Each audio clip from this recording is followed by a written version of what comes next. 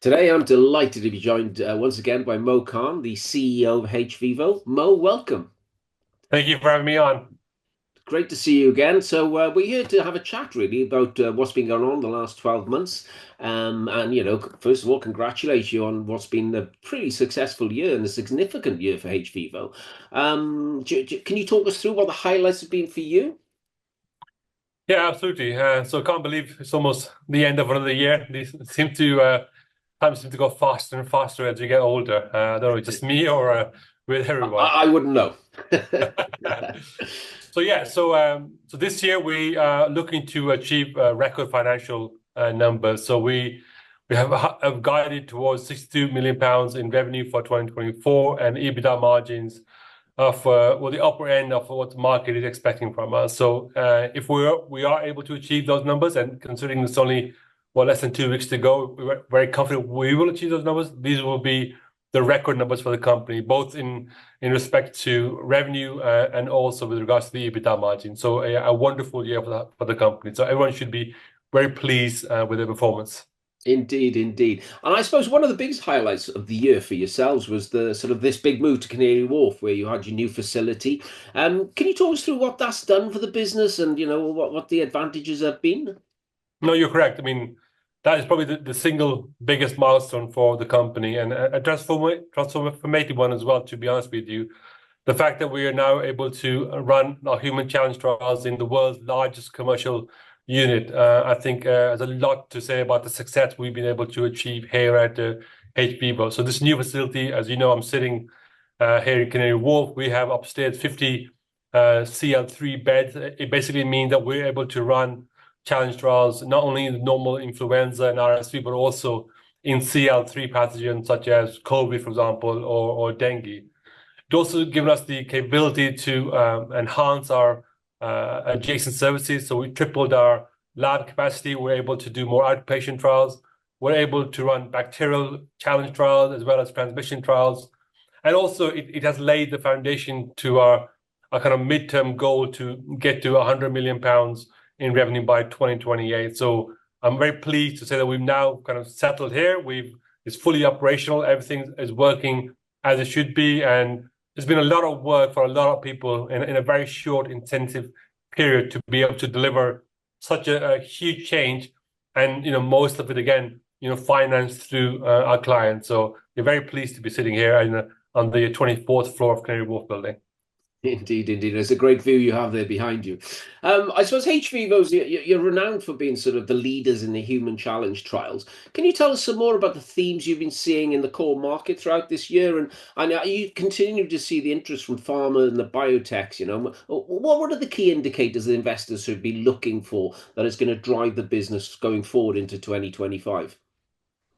But the key driver, to be honest, is the fact that when someone decides to do a human challenge trial rather than a traditional phase two trial, it means they can get their results much faster and much cheaper. So within a 10 to 12-month period, you'll be able to determine a efficacy signal in your product, which is hugely beneficial before you decide to spend 100 million pounds plus on doing a phase three trial. So that's the key driver. We've seen a consistent amount of new requests for proposals coming in from our clients, and despite this kind of current depression in biotech funding. So we're very pleased to seeing clients both from the US as well as from Asia and Europe come and do a challenge trials with us. And then on top of that, of course, we now have the capability to run challenge trials against pathogens we've never had the capability before. So all in all, the human challenge trial market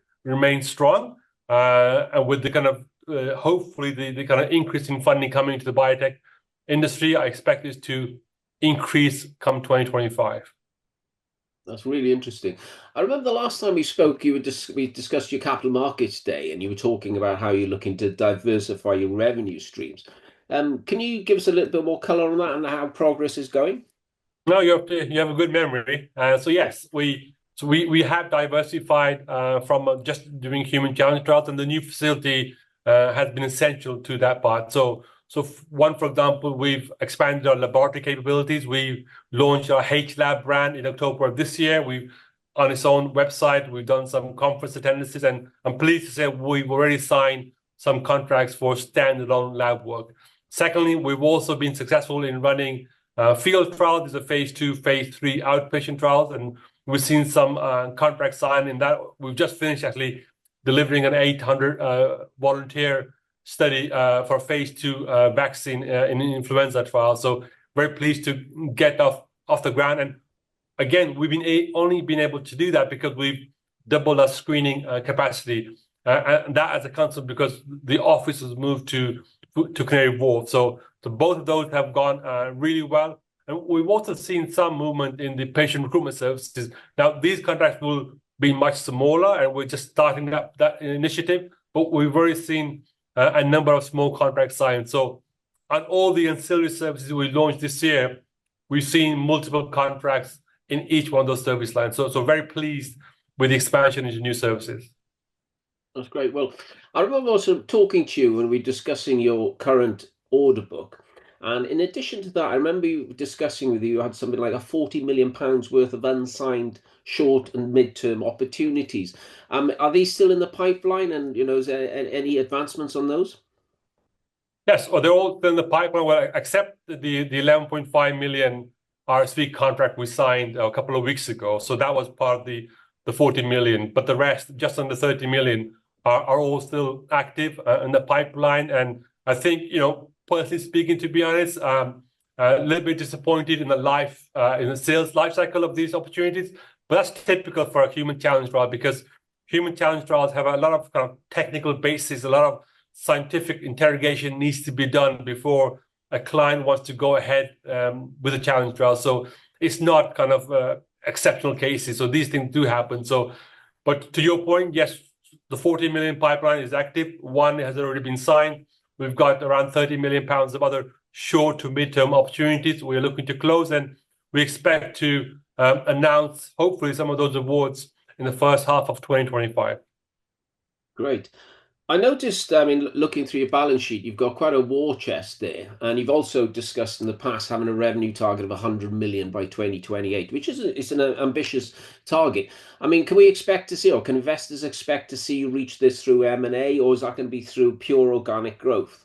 Yeah, so it's going to be both. So one of the reasons why we moved into Canary Wharf is to lay the foundation for organic growth. So that's the first step in our ability to be able to deliver more human challenge trials and more of the lab work and the field trials. So try and get us to where we want to get. But that will be supplemented by the war chest you mentioned in doing some M&A activities. So we're looking at assets in, for example, phase 1 areas or in ancillary services such as consulting services or patient recruitment services or laboratory providers. So all these different types of service lines we're looking at, and we want to close a deal in 2025. So that's one of our key objectives for the company for next year.